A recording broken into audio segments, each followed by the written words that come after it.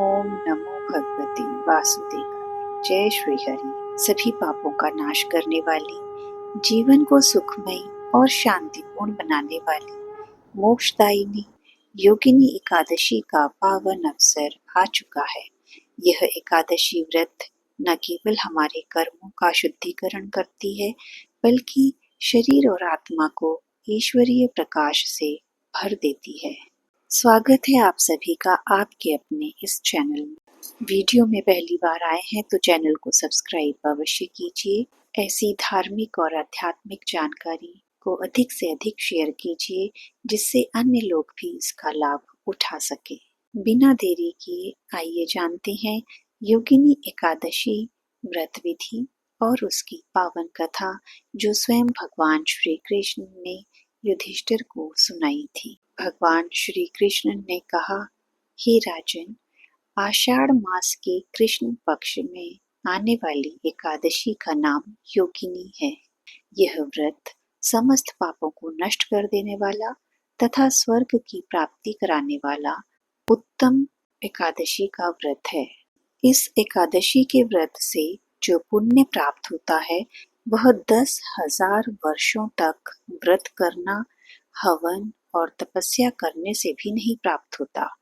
जो मनुष्य योगिनी एकादशी का विधि पूर्वक व्रत करता है, वह समस्त पापों से मुक्त होकर भगवान विष्णु के धाम को प्राप्त करता है। व्रती को व्रत की पूर्व संध्या में सात्विक भोजन लेना चाहिए और मन में व्रत का संकल्प करें।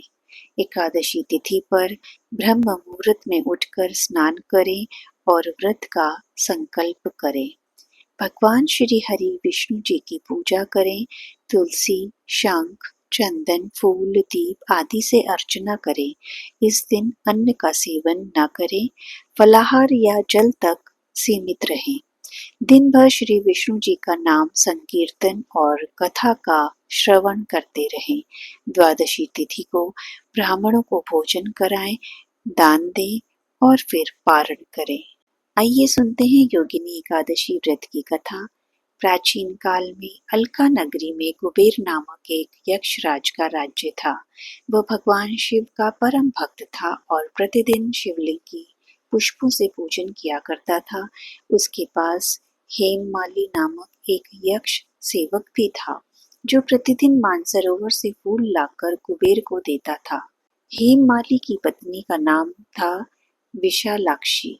वह अप्सरा जैसी सुंदर थी और हेममाली उससे अत्यधिक प्रेम करता था।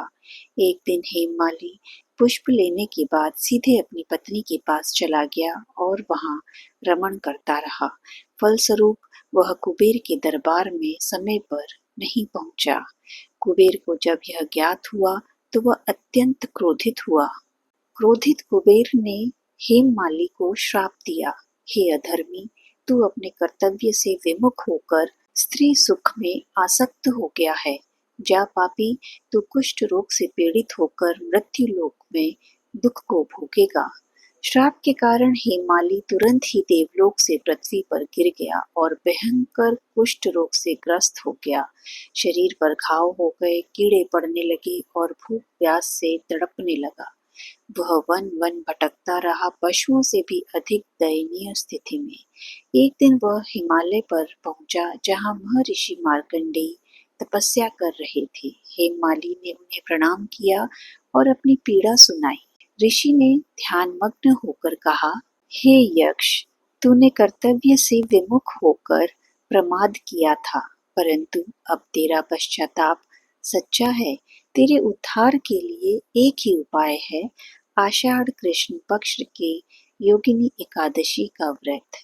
यदि तू इस व्रत को श्रद्धा पूर्वक करेगा तो तेरे समस्त पाप नष्ट हो जाएंगे और रोग भी समाप्त हो जाएगा। हेममाली ने विधि पूर्वक व्रत किया, रात्रि को जागरण किया, भक्ति से भगवान विष्णु की आराधना की। व्रत के प्रभाव से वह पूरी तरह स्वस्थ हो गया और पुण्य लोक को प्राप्त हुआ। तो दोस्तों, इस कथा से हमें यह शिक्षा मिलती है कि यदि मनुष्य सच्चे मन से पश्चाताप करता है और धर्म के मार्ग पर चलता है, तो भगवान भी उसका उद्धार अवश्य करते हैं।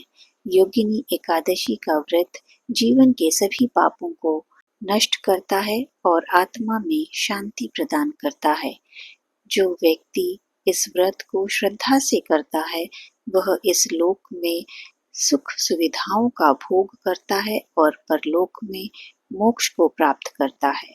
वासुदेवाय नमः, नारायणाय नमः, श्री हरिये नमः।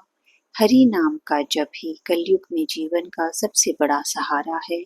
आइए इस योगिनी एकादशी पर अपने जीवन को पुण्यमय बनाएं। जय श्री हरि। वीडियो पसंद आए तो एक लाइक अवश्य कीजिए। आपका एक लाइक मुझे प्रेरणा देता है आपसे जुड़े रहने के लिए। इस साल योगिनी एकादशी 21 जून को मनाई जा रही है।